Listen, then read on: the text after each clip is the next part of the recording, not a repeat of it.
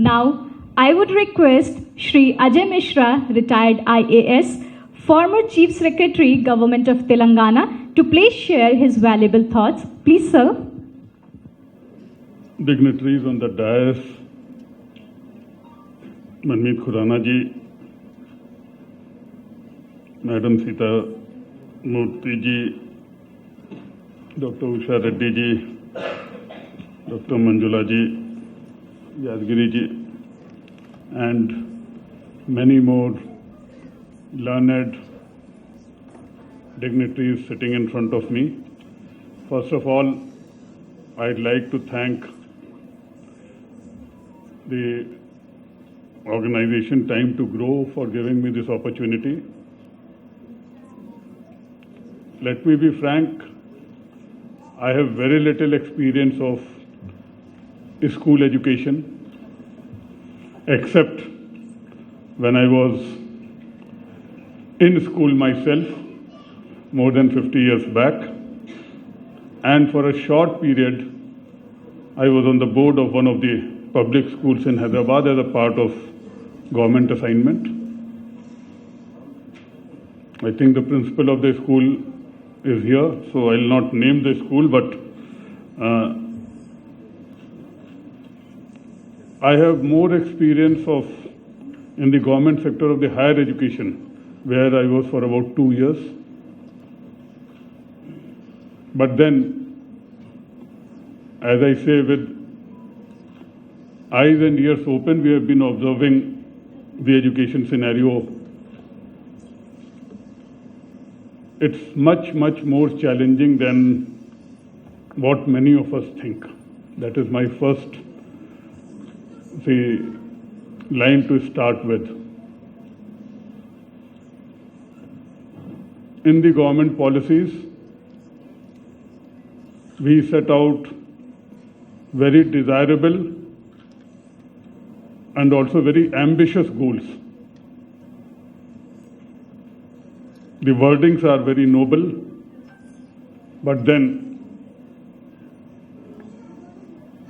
we have to make much more efforts than we have done till now to even come up to satisfactory level of what we proclaim.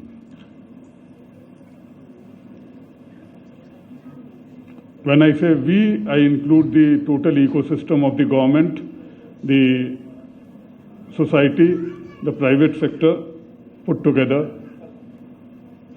We proclaim universal education. We proclaim access for all. We proclaim to strive for quality. The challenges, because what I am seeing here, some 2-3 of you I know, many I can guess from the list of participants. You are all the cream here in the education, at least for Hyderabad I can say. But then, to how many needy customers, students, if I refer to them as customers, to how many customers are we able to cater to with quality? Much less.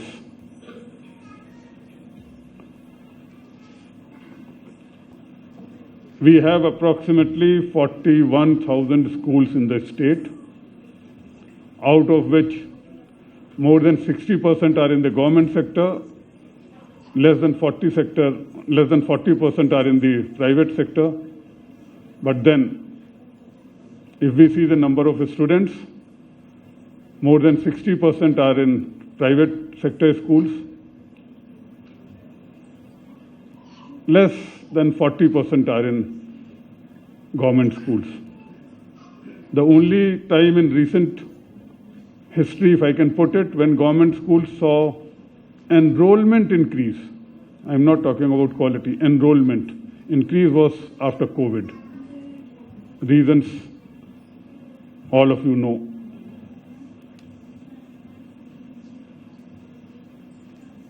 Private sector also, the quality is from 1 to 10. You all know it better than I do.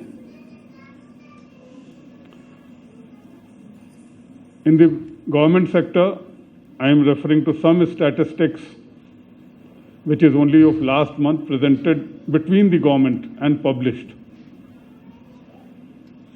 Approximately 30,000 schools in the government sector, 1,300 did not see any enrollment this year. 1,300 did not see any enrollment this year. There are other schools, few thousand, where the enrollment is only less than 50. There are few thousand schools which have only single teacher. There is a logic and a reasoning behind it. But then, how do we ensure quality?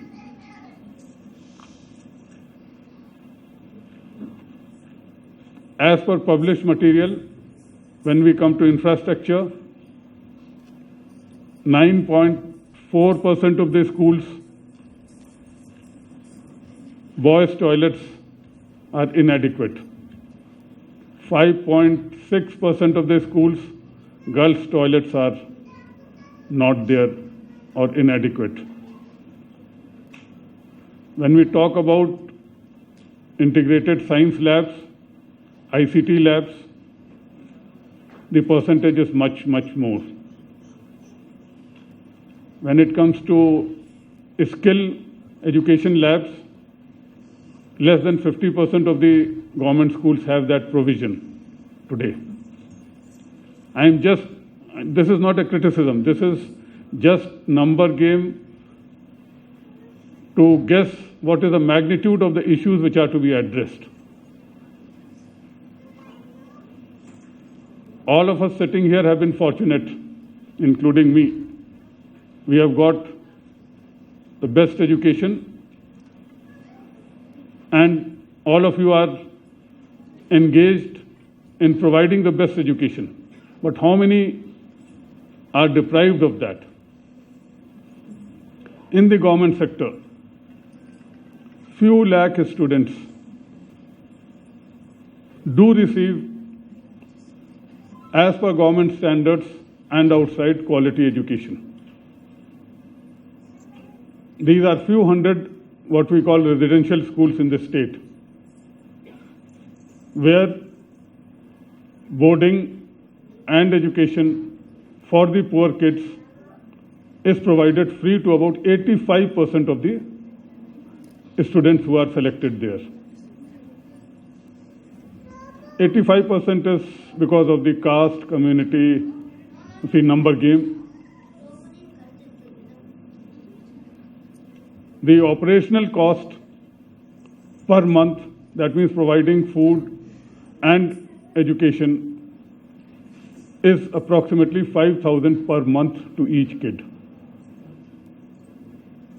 including sports facilities, health, everything. CapEx cost for these schools is extra.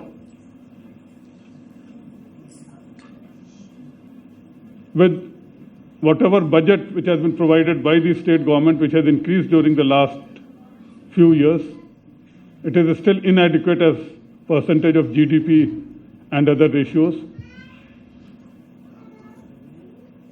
Only less than 10% of the students belonging to those communities are getting opportunity in these 700 to 800 residential schools in the state, different community-wise. Less than 10%. What about 90%? I have already told. The infrastructure itself lacks.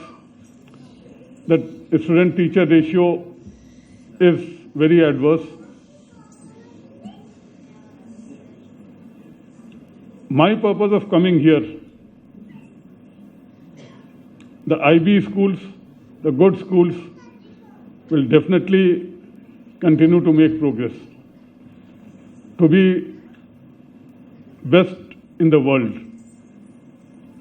But then, some of you sitting here, or whom you know, have to see, as they say, business at the bottom of the pyramid,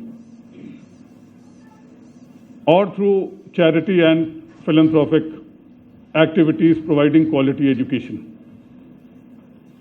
Government is doing its bit, it has its limitations. But then how do we cater to 35% of the students who are not getting quality education in spite of whatever efforts are being put? That is a challenge. The two subjects which are being covered by way of panel discussion today are student-centric approach and parental involvement. When we see the quantum of the challenge, then how do we ensure that to some satisfaction?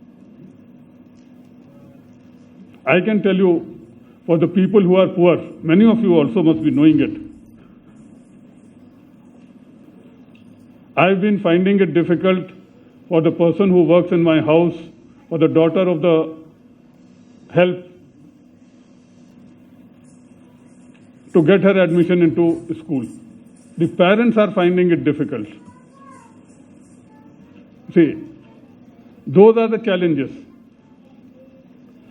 Money is part of the game.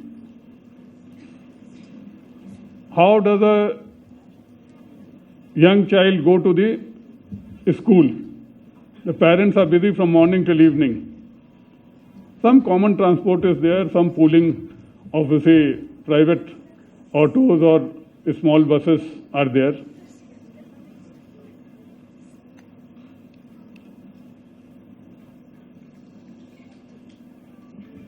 When I saw the list,